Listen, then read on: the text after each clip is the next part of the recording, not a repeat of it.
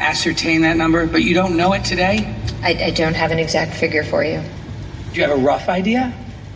Sir, what I can tell you I'm is... talking about people who have died in your custody. You don't have the number? I will get back to you with the number. Okay. You've also said, in talking about the Flores decision, that it's a loophole. And in your written testimony, you called it burdensome court opinions. You do recognize that those opinions are based on constitutional protections, do you not?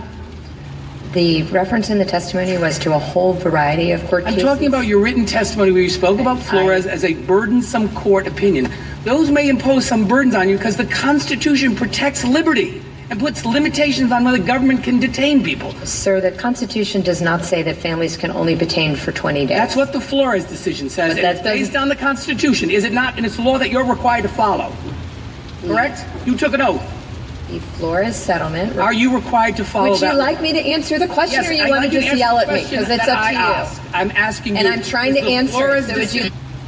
that you respect and honor in the work of the department. That's a yes or no. The Flores settlement requires us to write a regulation, which we have, and it's out for public comment. We are following the law to the letter. Thank you, Madam Secretary. You've also said repeatedly and again today that there is no department policy for separation of children. You remember you just said that? Yes, sir. There is no comprehensive policy to separate you remember, families. Of course, that we came to receive through a Freedom of Information Act request from Open Government, a memorandum that was written to you on April 23, 2018. You've seen this memo, correct?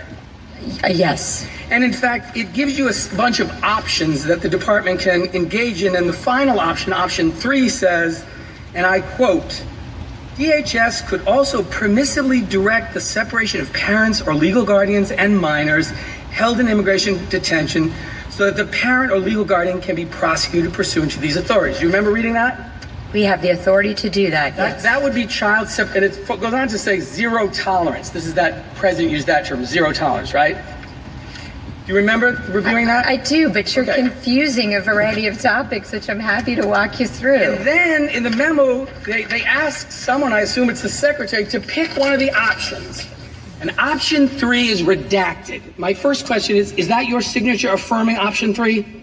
I can't see that, and I don't remember which it is, but the option that I agreed to is that we would uphold the law equally against anybody who broke it. If you were single or if Madam you were Secretary, a parent... I have limited time. Option 3 in this memo, written for you, which this is signed, option 3, which is redacted, is option 3 is in fact the option that was provided to you that I just read, permissively directing the separation of parents or legal guardians and minors held in immigration detention. So although you've said, and this isn't a question, it's a statement, although you've publicly that you didn't know anything about a family separation policy and you tweeted about it, you signed off on a memo authorizing this practice described as zero tolerance. Whether you think it's legal or not, you authorize it. And so this notion that you have no responsibility for it, you reviewed it, it was offered to you as one of 3 options, you picked it.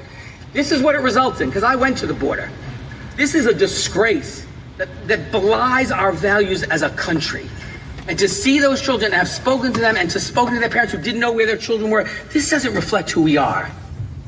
And Family, these devils will lie with a straight face. These motherfuckers, man, they will pay.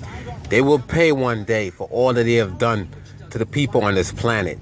Not just so-called black people, but other nation. These wicked-ass motherfuckers. They will pay one day when the judgment of the Most High is bestowed upon them. Lying motherfuckers.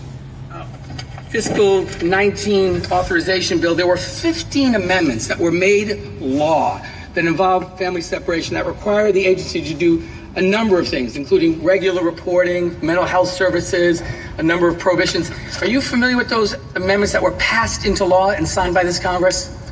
There were amendments passed into law. Yes, sir. I can't. So I would ask you, will you commit to giving me a written response as to the status of every one of those requirements that we passed and the president signed? Because my understanding is none of them have happened.